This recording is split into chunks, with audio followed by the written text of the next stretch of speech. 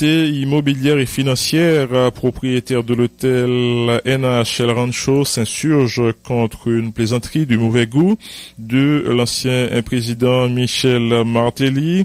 La CIF, dans un communiqué, a fait part de sa stupéfaction d'apprendre sur les réseaux sociaux que l'ancien président lui a déclaré sur un ton de plaisanterie que l'argent qu'il a volé des fonds en Petro-Caribé a été investi entre autres à l'hôtel NH El Rancho.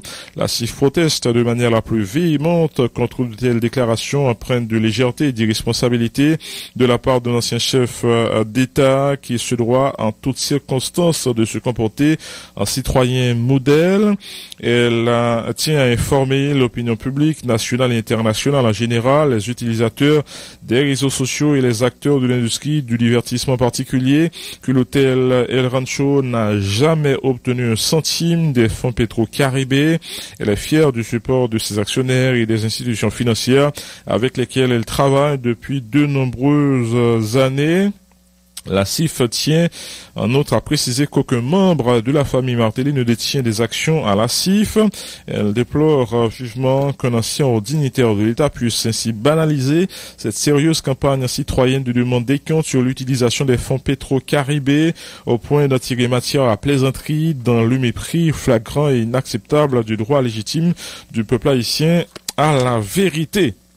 La Turjo Development SA, propriétaire de l'immeuble opérant sous le label de l'hôtel Marriott établi à Port-au-Prince, et porte à la connaissance de tout un chacun que l'implantation d'une telle entreprise en Haïti est le résultat de financement conjoint de la Société financière internationale, organisme membre du groupe de la Banque mondiale, et la FMO, Banque de développement néerlandaise, en collaboration avec Turjo Holdings Ltd, filiale de Digital Group. La construction de cet hôtel de standard international a donc mobilisé les capitaux exclusifs des investisseurs cités qui ont eu foi dans le relèvement économique d'Haïti, tout à coup pas court aux amalgames et spéculations faisant état non sans désinvolture de sources de financement autres que celles précédemment indiquées. La direction croit bon de rappeler qu'à l'hôtel Marriott, le respect des normes légales et éthiques est toujours de rigueur. Contrairement aux rumeurs circulant sur les réseaux sociaux, la direction tient à clarifier que la famille Martelly ne fait partie ni directement ni indirectement de l'actionnariat de Turjo Development SA. La Turjo Development SA proteste énergiquement donc contre la déclaration de l'ancien président Martelly qui, par son comportement désinvolte, met en péril un investissement de cette envergure dans un tel contexte. La Turjo Development SA regrette vivement que le dossier de l'utilisation des fonds Petro-Caribé soit minimisé à ce niveau alors que le peuple haïtien est dans son droit le plus entier de réclamer des comptes. La Turjo Development SA se réserve le droit d'intenter toute action judiciaire contre tous ceux qui relaient de fausses informations pour entacher la réputation de la compagnie. Voilà pour les notes de protestation de deux hôtels concernant les déclarations de l'ancien président Michel Martelly. L'équipement te volé comme Petro-Caribé. Comme te volé dans Petro-Caribé, mettez-le dans Best Western, mettez-le dans Marriott, mettez-le dans NHL Rancho, mettez-le dans Stade Sainte-Thérèse, mettez-le tout côté nous belle bagaille. Et puis si il volé comme Petro-Caribé. Comme te volé dans Petro-Caribé, mettez-le dans Best Western, mettez-le dans Marriott, mettez-le dans NHL Rancho, mettez-le dans Stade Sainte-Thérèse. Mettez-le tout côté nous belle bagaille. Le jeune barreau de Port-au-Prince a présenté hier sa commission anticorruption et a pour sigle CAJBAP. Elle est composée de 6 membres, Maître Peter Reynold Delciné, président, Eddie Paul Florent, vice-président, Luxon Love Alphonse, secrétaire, Joseph Jeune, Romulus ecclésiste et Danny Coriolan, conseiller. Cette structure a pour but d'exiger de la transparence dans les actions gouvernementales à tous les niveaux, compte rendu Lovely Stanley Numa. Lutter contre la corruption au niveau du gouvernement, du pouvoir législatif et des autres institutions publiques du pays, engager des poursuites contre tous ceux qui ont détourné les fonds provenant du trésor public et prendre toutes les dispositions pour que les coupables soient jugés sont entre autres objectifs que se fixe la commission anticorruption du jeune barreau de Port-au-Prince, une structure fraîchement installée. Maître Peter Reynolds Delciné en est le président. Bataille contre corruption dans le pouvoir législatif, bataille contre corruption dans le niveau pouvoir judiciaire. Nous connaissons aucun pays pas capable de réellement développer si la justice corrompue dans le niveau que le corrompu en Haïti. Et dénoncer, accompagner la population haïtienne dans le cadre de demande d'information que l'a fait dans ça qui a rapport à la constitution paysan, dans ça qui a rapport avec convention et traité international qui signent par paysan sur le plan international. Et dispositions législatives, ces textes de loi. Le jeune barreau Prince dit se sentir aussi concerné par les mouvements de protestation pour exiger que les dilapidateurs des fonds du programme Petro-Caribé soient jugés. Pour le président de la commission anticorruption du jeune barreau de Port-au-Prince, il est important d'exiger que les institutions œuvrant dans la lutte contre la corruption en Haïti assument leurs responsabilités dans ce dossier. Maître Peter Reynolds Delciné. Nous croyons que tout le monde qui est impliqué dans la gestion pétro-caribéenne depuis présidence René Préval jusqu'à Privert, qui a gagné les affaires pétro-caribéennes à côté, il a géré là-dedans, il y a une explication pour le bail, il y a un compte pour le rendre. Tout le monde qui était trouvé dans le gouvernement passé, depuis Jean-Max Bellery pour arriver jusqu'à Enel Jean-Charles, qui est impliqué dans la gestion fonds pétro-caribéen, il doit rester à disposition de la justice et tout l'autre monde qui était trouvé dans le gouvernement passé depuis Jean-Max Bellery jusqu'à Enel, qui malheureusement qui est trouvé dans la fonction publique et il y a des soupçons graves qui vendent sous doyo, doit écarter dans la fonction jusqu'à ce que lumière faite autour de questions ça. En guise de contribution à la lutte contre la corruption qui ronge le pays, Maître Delciné annonce que la commission anticorruption du jeune barreau de Port-au-Prince prendra un ensemble de dispositions dans les prochains jours. Dans ce sens, nous croyons important pour nous dire qu'il y a un ensemble d'initiatives que nous allons mettre sous pied qui c'est sitting, des avocats avec toge, avec texte en main, qui a demandé justice dans ça qui est rapport à la question pétro-caribéenne, qui a demandé justice par rapport à une série de scandales qu'on a connus dans la société, côté que des gens qui ont utilisé de fonds publics pour être capables d'atteindre l'objectif personnel. De plus en plus de secteurs se sentent concernés par les ravages de la corruption en Haïti. La nation attend que les corrompus et les corrupteurs soient traduits par devant les tribunaux compétents et jugés pour leurs crimes. Lovely Stanley Numa, Vision 2000. Le commissaire du gouvernement de Port-au-Prince, maître Clamé Octam Daméus, a redit hier que le tribunal de droit commun ne pourra se prononcer sur le dossier Petro-Caribé tant que la Cour supérieure des comptes et du contentieux administratif ne produit son rapport.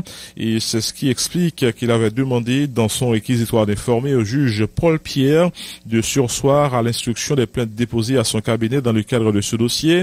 Le chef du parquet a démenti que cette décision a été motivé politiquement.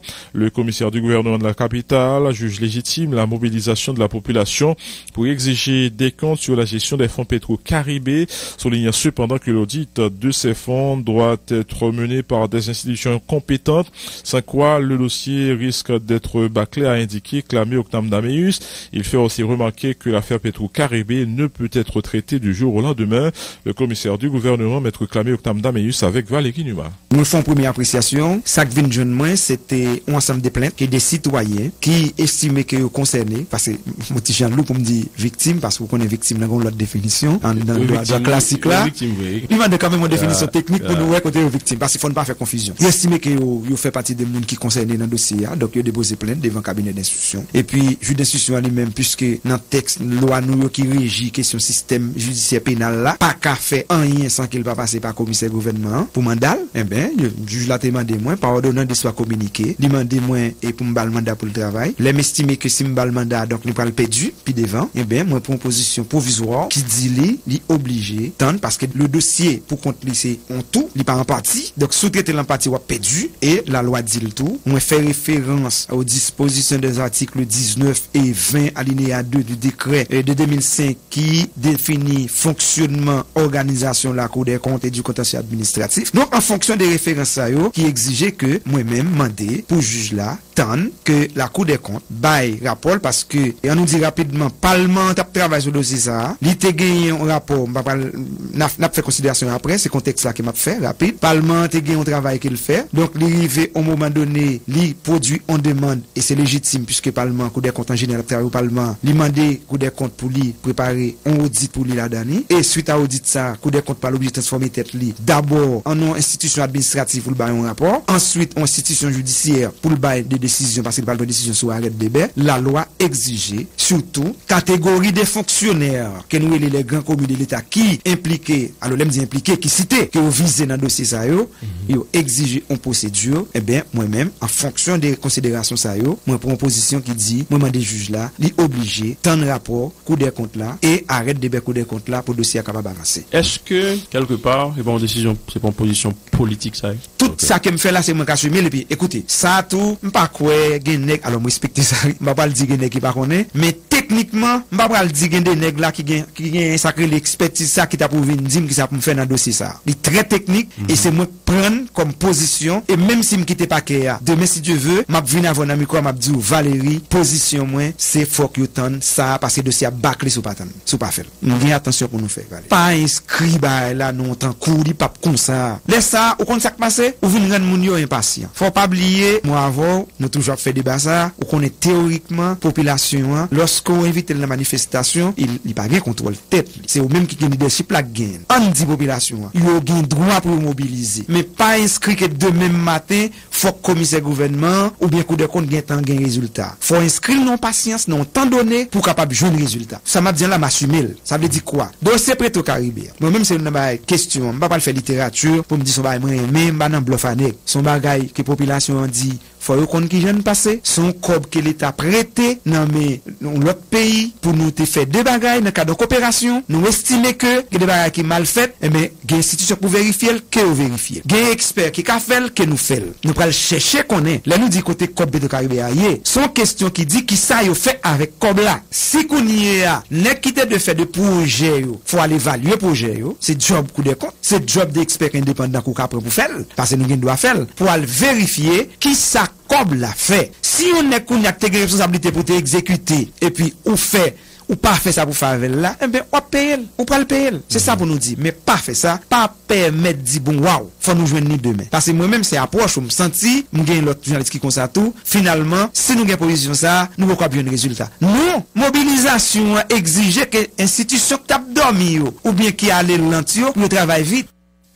La Cour de cassation n'a toujours pas transmis au parquet de Port-au-Prince le dossier de Roudli Théard, alias Sanson La Familia, et Ronel Nelfort, alias Le Récif, environ 3 mois après avoir annulé le jugement rendu en faveur de ces derniers en juin dernier par le juge Lamar Bélizer, révèle le commissaire du gouvernement de Port-au-Prince. Dans son arrêt, l'instance suprême de justice a ordonné que l'affaire soit entendue devant le même tribunal avec une autre composition. Maître Clamé Octam Dameus a indiqué n'avoir toujours pas été informé de la décision de la Cour de cassation. Le chef du parquet de la capitale a en revanche confirmé avoir reçu le dossier de Clifford Brandt et consorts et il a transféré depuis tantôt 3 mois à son homologue des Gonaïves pour les suites légales, conformément au verdict de la Cour de cassation. Un individu circulant en moto a abattu hier en milieu de journée à la rue Cap-Roy Emmanuel Périclès alias Mono, un sexagénaire. La victime, propriétaire d'un immeuble à Lalu, a reçu plusieurs projectiles selon l'un de ses locataires. Le bureau de l'EDH à Miragoâne a été partiellement incendié dans la nuit du 2 au 3 septembre dernier par des individus non identifiés qui ont tenté également de mettre le feu dans les bureaux de la DINEPA. Autre nouvelle, la direction générale de l'autorité aéroportuaire nationale dément les informations circulant sur les réseaux sociaux selon lesquelles il y aurait eu des cas de vol dans les bagages des passagers à l'aéroport international Toussaint Louverture. Selon le directeur de sûreté de la AN, Dimitri Bastien, l'institution n'a reçu jusqu'ici aucune plainte formelle du passager concernant des vols de bagages. Jean-Christophe Prophète. Cela fait déjà plusieurs jours que des informations circulant sur les réseaux sociaux faisant état du vol par des individus des bagages des passagers à l'aéroport international Toussaint-Louverture. Plusieurs voyageurs en auraient été victimes. Selon le directeur de sûreté de l'AAN, Dimitri Bastien, aucune plainte relatant de tels faits n'a été reçue à date. Dimitri Bastien. Opération sûreté sécurité aéroport a une particule là-dedans et tout opérateur ont particule là-dedans. Gon côté que c'est tout opérateur, c'est-à-dire que prend bagage là, enregistrement de monde là, ça c'est ligne aérienne qui occupe de ça. AN lui-même vient prendre charge la partie sûreté à contrôle de sécurité de bagages à cabine qui peut monter avec passagers. Après, leur rentre dans bagroom là donc là lui-même il y a trois entités là-dedans. Il y a AN qui là et les fait de concert avec la police, qui est BLTS, et les fait avec tout opérateur, qui est manutention et sécurité par auto. AN lui-même, c'est avant embarquement en fait, nous contrôlons ça. Les débarquements en fait, tout opérateur occupé de partir ça de A à Z. Le on bagaille, on n'importe quel incident est arrivé. Premièrement, et victime n'a apporté plainte à la ligne aérienne, le ça la vient vers AN pour capable aider dans l'investigation. Le directeur de sûreté de l'AAN, Dimitri Bastien, se dit conscient de ce que certaines fois, des passagers se plaignent de la disparition de certains objets se trouvant dans leur bagage. Mais aucune plainte n'ayant été reçue, l'administration de l'aéroport ne peut procéder à l'ouverture d'enquête sur cette question, explique-t-il. Pour plaindre, ou toujours jeune plaindre, si toutefois, on monde pour raison X ou Y qui ont perte, il pas fait déclaration, il pas porté plainte, c'est juste il était plaignant dans lui-même ou du moins instance concernée pour vraiment porter plainte, non il pas fait. Et n'a toujours gain enregistré cas ça,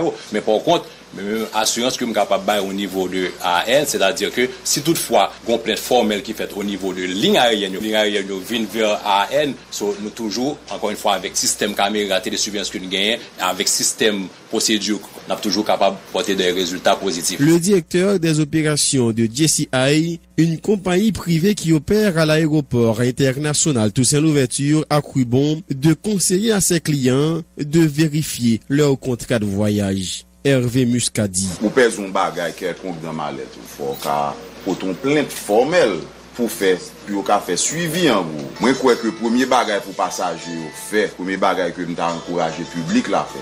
C'est prendre information qui ça moi capable avec et qui ça que moi pas capable. Procédure plainte là qui ça lié. L'on achète un ticket dans mon ligne aérienne son contrat au avec. Contrat dit que acheter un billet dans même m'a prendre le point A ça pour me déposer dans point B. L'arrivée dans point B a aussi mais qu'on lésé, c'est-à-dire nous perdu un bagage dans mallette ou qui est sous aller à qu'on aucun contrat. Donc pour prendre code ligne aérienne non ou porte une plainte formelle. Tout passager qui s'estime victime de vol dispose d'un délai de 48 heures pour porter cela à la connaissance de l'AAN, a rappelé Lourdes Bertoni, opératrice à l'aéroport international Toussaint-Louverture. Le plus gros problème de notre cas en termes de bagages, c'est que compléture nous pas recevoir vraiment. Moun yo parler mais ligne aérienne lui-même tant qu'opérateur a dit mais combien de complaintes moi gagné. Ligne aérienne c'est il mando son email pour voyer. Ligne aérienne qui mando c'est sous site li pour aller pour remplir formulaire de perte sur perdu de spoliation salière. Mais faut suivi y a fait. Moun yo parler mais pas aller vraiment côté pour yo aller. Donc c'est pour ça là nous dit mais qui ça client dit nous li aérienne nan dou mais ban moi dossier yo on n'a pas les dossiers. Moun yo pas vinn jouer nous. L'installation de caméras, des fouilles manuelles sont quelques-unes des mesures adoptées par les responsables de l'AAN en vue de lutter contre le vol dans les bagages des passagers à l'aéroport international Toussaint-Louverture. Jacques Christnol Prophète, Vision 2000.